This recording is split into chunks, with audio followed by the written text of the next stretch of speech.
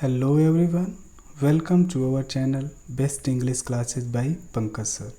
जहां हम आज बात करने वाले हैं क्लास 10th की इंग्लिश पोएम के बारे में। Yes friends, today we are going to discuss and explain the poem of class 10th English.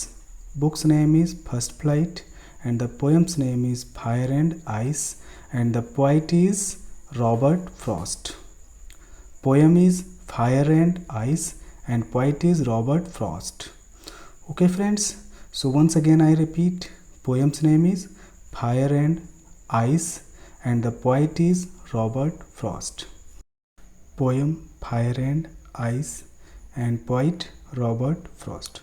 Now we are going to understand stanza first, and the stanza first one is some say the word will end in fire.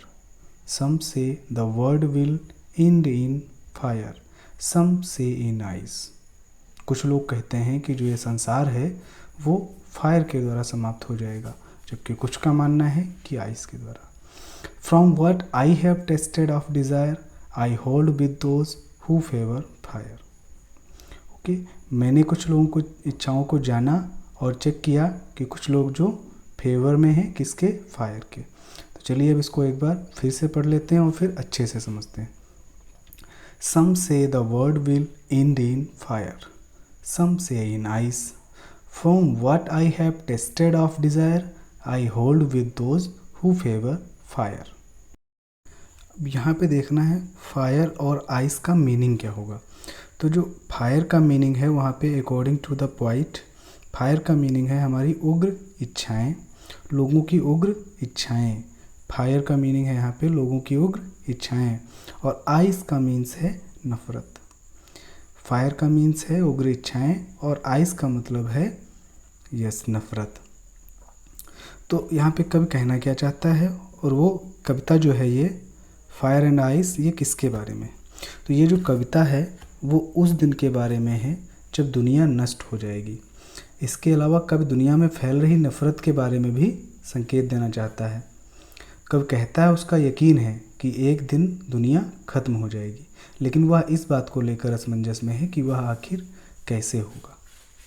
Robert Frost की जो कविता fire and ice है उस दिन के बारे में है जब दुनिया नष्ट हो जाएगी, और इसके अलावा कवि दुनिया में फैल रही नफ़रत के बारे में भी संकेत देना चाहता है। कवि कहता है उसे यकीन तो है कि एक दिन दुनिया ख़त्म हो जाएगी, लेकिन वह इस बात को लेकर असमंजस में है कि यह आखिर कैसे होगा। तो वो क्या कहता है, some say the world will end in fire, some say in ice. कब एक पल में उन लोगों का समर्थन करता है जो कहते हैं कि आग के कारण दुनिया खत्म हो जाएगी। सम say the world will end in fire, आग के कारण दुनिया खत्म हो जाएगी। लेकिन फिर अगले ही क्षण में कब उन लोगों का समर्थन करता है जो सोचते हैं कि दुनिया बर्फ़ के कारण समाप्त हो जाएगी। पहले तो वो समर्थन करता है किसका, उन लोगों का जो कहते हैं कि ये दुनिया जो है वो आग के कारण ख़त्म हो जाएगी, लेकिन फिर अगले ही क्षण में कब उन लोगों का समर्थन करता है जो सोचते हैं कि दुनिया बर्फ़ के कारण समाप्त हो जाएगी। From what I have tasted of desire, I hold with those who favour fire.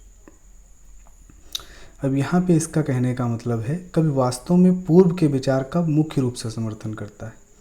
पहला वाला जो विचार है उसका पूर्ण समर्थन करता है, क्योंकि वह सोचता है कि यह अधिकांश लोगों का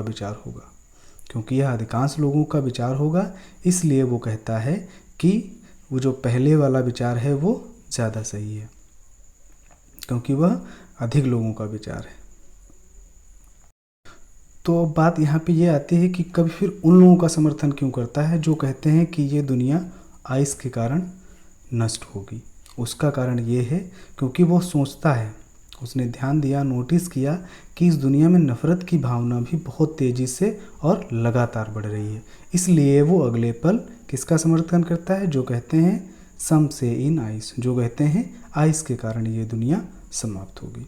ओके फ्रेंड्स, तो ये था हमारा स्टेंजा फर्स्ट, जिसका मीनिंग क्या था, जिसका मीनिंग था कि कब एक पल में उन लोगों का समर्थन करता है जो कहते हैं कि आग के कारण दुनिया खत्म हो जाएगी, लेकिन फिर अगले ही क्षण में कब उन लोगों का समर्थन करता है जो सोचते हैं कि दुनिया बर्फ़ के कारण समाप्त हो जाएगी। कभी वास्तव में पूर्व के विचार का मुख्य रूप से समर्थन करता है, क्योंकि वह सोचता है कि यह अधिकांश लोगों का विचार है।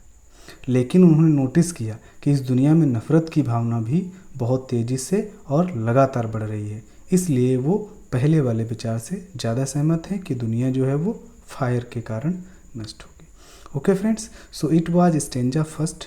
Now we are going to understand stanza second. Yes, now we are going to understand stanza second, और इसके बाद हम बात करेंगे पूरी समरी की स्टोरी की तरीके से इसको समझाएंगे, इसलिए आप वीडियो लास्ट तक जरूर देखते रहिए। सो देखते हैं stanza second. And stanza second is, but if it had to perish twice, I think I know enough of hate to say that for destruction eyes is also great and would suffice. But if it had to perish twice, I think I know enough of hate to say that for destruction eyes is also great and would suffice. Now try to understand. I am going to start explaining. क्योंकि कवि ने यह भी notice किया है कि इस दुनिया में नफ़रत की भावना बहुत तेज़ी से और लगातार बढ़ती जा रही है, इसलिए कवि कहता है कि अगर दुनिया को, but if it had to perish twice, I think I know enough of hate. कवि कहता है कि अगर दुनिया को 2 बार ख़त्म करना होगा तो वह चाहेगा कि दुनिया बर्फ़ से ख़त्म हो जाए। To say that for destruction eyes is also great and would suffice. तो वह चाहेगा कि दुनिया बर्फ से ख़त्म हो जाए और यह दुनिया को 2 बार नष्ट करने के लिए पर्याप्त होगा।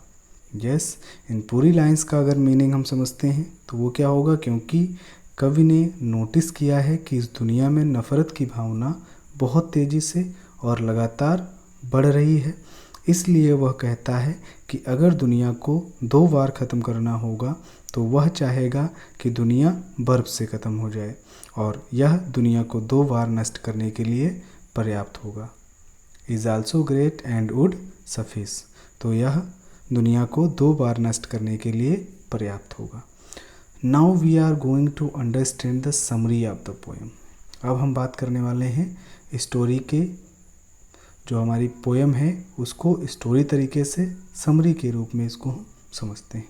ओके फ्रेंड्स, तो अब हम देखेंगे दोनों स्टेंजा और दोनों स्टेंजा की समरी। बट उससे पहले हम आपसे कहना चाहेंगे कि अगर आपने अभी तक हमारे चैनल को सब्सक्राइब नहीं किया है तो सब्सक्राइब जरूर कीजिएगा, बेल प्रेस कर दीजिएगा तो सीधा नोटिफिकेशन आप तक पहुंच जाएगा।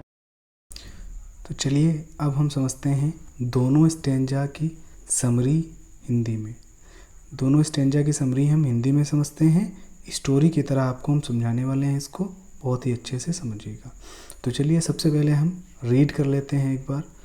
सम say the world will end in fire, some say in ice, from what I have tasted of desire, I hold with those who favour fire, but if it had to perish twice, I think I know enough of hate to say that for destruction ice is also great and would suffice.